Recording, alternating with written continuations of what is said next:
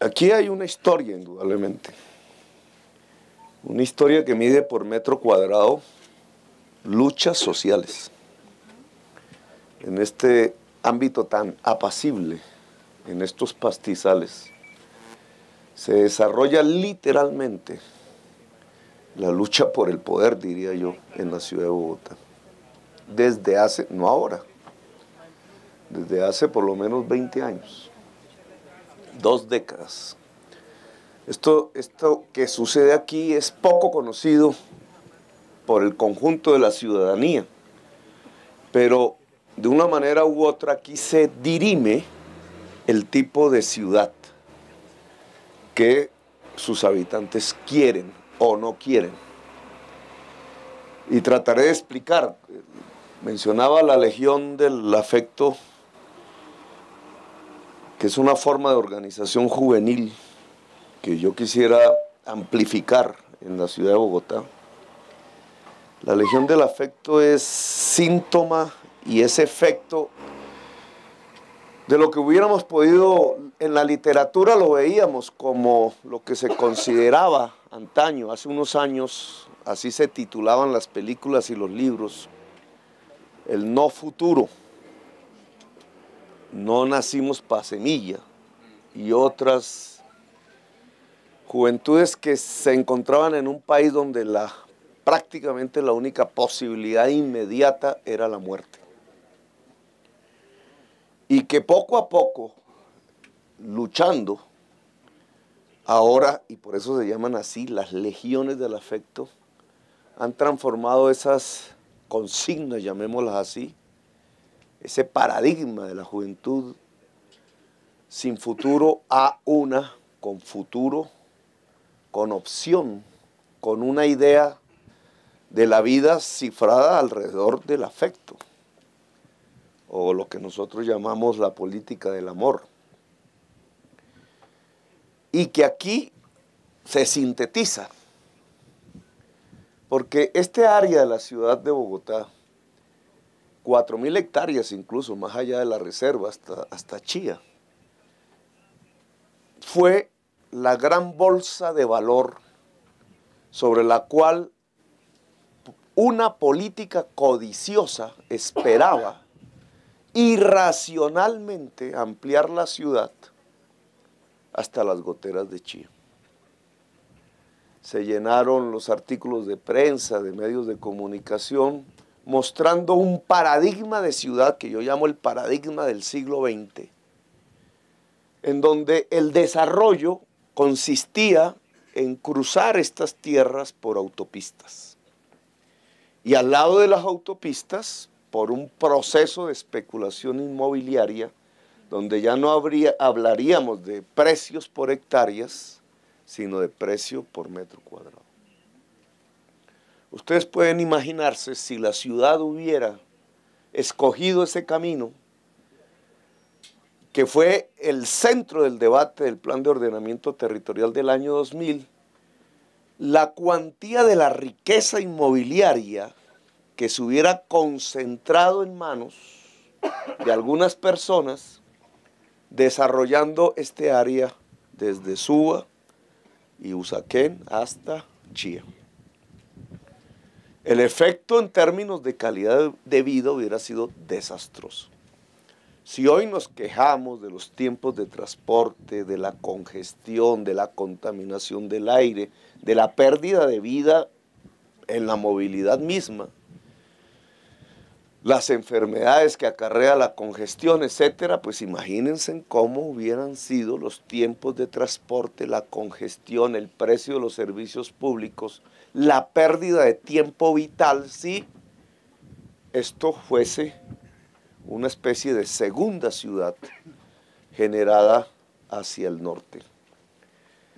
En el año 2000, desde antes, jóvenes en ese entonces, ya no tanto, ambientalistas, profesores, personas que habían, propietarios de este suelo, algunos, de antaño, de la época, de la misma historia de la ciudad, se fueron juntando con la intención de que eso no fuera así, de que esto fuera un espacio diferente, dada la importancia que tiene. ¿Cuál es la importancia que tiene este territorio?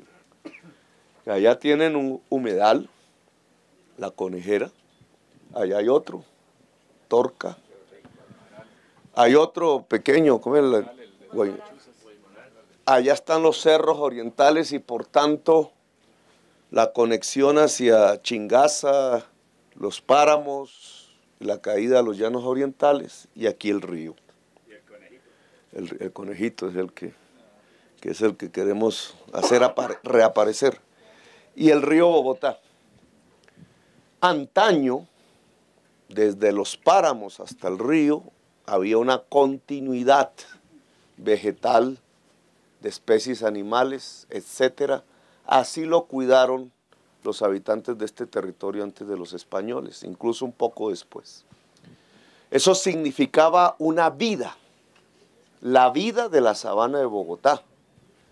Aquí todavía existe una especie que son los venados de cola blanca. Algunos quedan por ahí guardados por un propietario de la zona. Aquí deambulaban.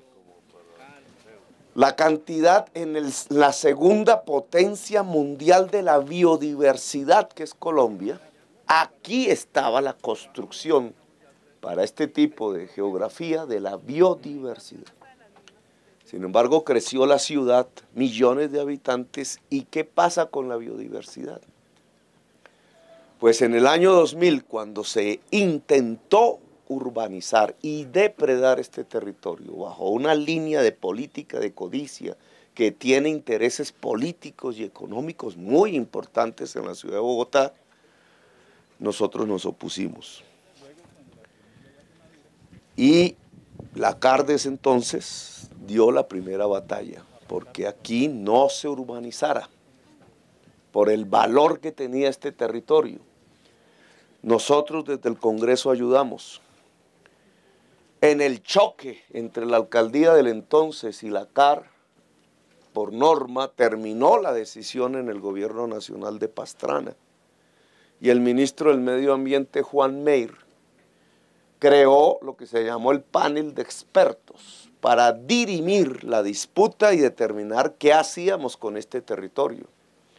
El panel de expertos estuvo integrado, entre otros, por Gerardo Ardila, aquí presente, que era el que lo coordinaba, el profesor Carrizosa, Tomás Van der Hamen, Rogelio Salmona, bueno, Germán Samper, Manuel Rodríguez, ya no recuerdo, Eduardo Aldana, es decir, para el entonces, las personas más reconocidas desde el plano científico, intelectual, en relación a lo que podríamos llamar hoy, y un periódico hoy así lo escribe, el paradigma de la ciudad del siglo XXI, el equilibrio de nuevo de la ciudad con la naturaleza. Ese panel fue el que dijo, aquí debe quedar la Reserva Forestal del Norte. Y ha pasado 13 años, y sin embargo no hay una Reserva Forestal del Norte. Existe jurídicamente. Un juez casi hace un proceso de desacato, porque no se había cumplido el precepto del año 2000. Algunas fuerzas políticas y sociales han intentado destruir el concepto de reserva del año 2000 bajo la política de la codicia. Quisimos hacer pasear a los periodistas por el bosque Las Mercedes, que se llama así porque era la esposa del propietario, que quiso cuidar ese bosque, el señor Jaramillo, si mi historia no está mal, Guillermo Jaramillo. Si no es por él, no tendríamos ese relicto que significa el único lugar en la sabana de Bogotá donde hay un bosque nativo en el plan. Ahí por donde pasaron los amigos de la prensa, las amigas de la prensa, ese es el único lugar. nosotros lo entregamos al Jardín Botánico para que lo explorara científicamente. Cómo es el suelo, cómo se construyen, sus problemas, el inventario de especies, su situación, porque ese núcleo que se llama el Bosque La Merced es el que nos va a permitir, a partir de su estudio, sembrar, reconstruir, restaurar en 1.500 hectáreas que llegan hasta ese cerro allá y que parten del humedal allá, toda esta zona, lo que se llama hoy la Reserva Forestal del Norte Tomás van der Hamen, con bosque nativo restaurado. Es decir, como era esta tierra y la vivieron nuestros antepasados más lejanos. Es el bosque urbano, porque estamos en las goteras de la ciudad, más grande del mundo. No, Nueva York se siente orgulloso de su Central Park. ¿Cuántos son? 300 hectáreas. Londres se siente orgulloso de su Hyde Park. París se siente orgulloso de su Bois de Boulogne y otros. ¿Cómo es? El Tiergarten de Alemania. Nosotros tenemos más que eso aquí. Más que eso. Ni París, ni Londres, ni Nueva York van a tener algo tan espectacular desde el punto de vista de la biodiversidad natural y su significado histórico y humano que la Reserva Forestal Tomás van der Hamen, que sobre todo nuestros hijos van a disfrutar. Que nosotros empezamos a construirla, a restaurarla, pero quienes se van a gozar, los senderos, el recorrido, las caminatas, el pernoctar, el entender la naturaleza, el reconciliarse con la naturaleza, indudablemente van a ser nuestros niños y nuestras niñas. Y para ellos es que estamos haciendo esta lucha. El Jardín Botánico hoy es una institución de orden científico de la máxima calidad mundial. Lo recuperamos de la politiquería y el robo. El Jardín Botánico va a tener la responsabilidad científica de la restauración y física realmente, con sus trabajadores y trabajadoras. Está aliado con el Jardín Botánico de Berlín. Quisimos hacer ese puente cultural y científico porque allá fue Humboldt el que generó una investigación botánica y natural de excelente calidad, y Humboldt vino aquí. Allá en donde está el muro de Berlín, en la puerta de Brandenburgo, están las estatuas de los dos hermanos. Estamos ligados desde el punto de vista de la investigación científica natural, los berlineses y los bogotanos. Queremos que se reconstruya ese puente que antaño hizo Humboldt aquí, y este va a ser un escenario fundamental para ello. Porque esta es una lucha central en definir la ciudad. La ciudad del siglo XX pensó que su desarrollo eran puentes, autopistas de segundo piso, autopistas de 8 carriles, carros y carros y carros, y el que no tenga carro no vale. Esa es la ciudad del siglo XX. Pensó entonces que lo que se trataba era, y no valía la pena una ciudad que no tuviera autopistas para los carros. A nosotros nos critican el que no las hagamos. Generaciones del siglo XX que han llevado a la humanidad al borde de la extinción a través del cambio climático. El paradigma de la ciudad del siglo XXI es otro, y nosotros nos enorgullecemos por aplicarlo en la ciudad de Bogotá. Somos vanguardia. No estamos en las generaciones del anacronismo, ni político, ni científico, ni social. Nosotros estamos construyendo en la ciudad de Bogotá un paradigma urbano del siglo XXI. No estamos improvisando, no es que no tengamos ni idea, tenemos muchísima idea de qué significa el paradigma del siglo XXI. Y sabemos que ataca el corazón de las políticas cimentadas en la codicia. La ciudad del siglo XXI es una ciudad de la bicicleta, del peatón, del espacio público, de la democracia, de la equidad, del saber científico y cultural. La ciudad del siglo XXI no se mide por metros cuadrados de asfalto, se mide por metros cuadrados de verde. La ciudad del siglo XXI mide la calidad del aire. La ciudad del siglo XXI introduce la biodiversidad natural dentro de la ciudad.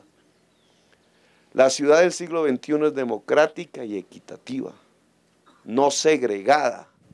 No es una ciudad donde los ricos viven en un lado y los pobres viven en otro lado. Eso no sirve. Y el que quiera construir una ciudad así, simplemente tiene que devolverse 2 siglos en la historia porque el siglo XXI no lo permite. Sabemos que al aplicar un paradigma del siglo XXI en la ciudad de Bogotá, nos enfrentan los intereses creados que se han generado alrededor del anacronismo de la ciudad del siglo XX. Y por eso nos intentan derribar. Por eso toda esa insidia política casi que violenta contra la Bogotá humana. No es porque sí, no es porque Petro es feo o porque no es simpático. No, es porque hay 2 paradigmas urbanos en la ciudad enfrentados. Uno, el de la política de la codicia, el de pensar que el desarrollo se mide por valorización por metro cuadrado y cemento. Y otro que se mide en términos de construcción humana de una ciudad. Son 2 paradigmas completamente diferentes. Nosotros tenemos una ventaja. Los vientos de la historia están con nosotros. No es posible sobrevivir y construir una sociedad y ciudad en el siglo XXI sin los parámetros de equidad social, de respeto a la naturaleza, de adaptación y mitigación al cambio climático y de fortalecimiento del poder público. No lo decimos solamente nosotros, lo están diciendo en las más grandes ciudades del mundo. Los que respaldan el paradigma del siglo XX están equivocados en ese sentido y nos llevan a una sin salida que nosotros no queremos permitir que suceda, porque entonces la ciudad de Bogotá no tendría, ahí sí, futuro. Y las generaciones de jóvenes volverían a llamarse generaciones del no futuro. Y nuestras legiones del afecto desaparecerían. Y volveríamos a la violencia que teníamos en el año 1993 y volveríamos a la más absurda segregación social que casi que condenó a la ciudad de Bogotá en el siglo XX al gueto social. Ese no es el camino que nosotros queremos. Aquí cuando estamos sembrando el árbol, hay millones de jóvenes que aplauden. Y habría algunas personas que quisieran dispararnos por sembrar ese árbol. Porque sembrar ese árbol no es simplemente sembrar un árbol, o como decía Olmedo, un arbolito. No. Sembrar un árbol ahí indica que un proceso codicioso, depredador, no va, y que un proceso de sostenibilidad de la vida en 1.500 hectáreas de la ciudad de Bogotá sí va. Y eso es el centro de la disputa del poder y de la lucha política en la ciudad de Bogotá. Millones de jóvenes nos aplauden por sembrar ese árbol porque saben casi instintivamente que eso es la vida. Pero también nos quisieran disparar, eliminar violentamente por sembrar ese árbol, por lo que significa. Y entonces es importante que sepamos a qué atenernos. Ojalá yo pueda vivir dentro de 20 años. Y ojalá que con mis nietos dentro de 20 años y los nietos de ustedes y los nietos de todos los aquí presentes, podamos volver aquí un día, canosos o sin pelo. Seguro eso. Podamos volver aquí y ver qué hay. Si fracasamos, edificios y una congestión terrible de carros. Si triunfamos, el más hermoso bosque urbano del mundo, por cual vale la pena luchar. Pues esperemos que dentro de 20 años, cuando traigamos nuestros nietos, Gerardo, lo que tengamos aquí sea el bosque urbano más hermoso del mundo. Gracias.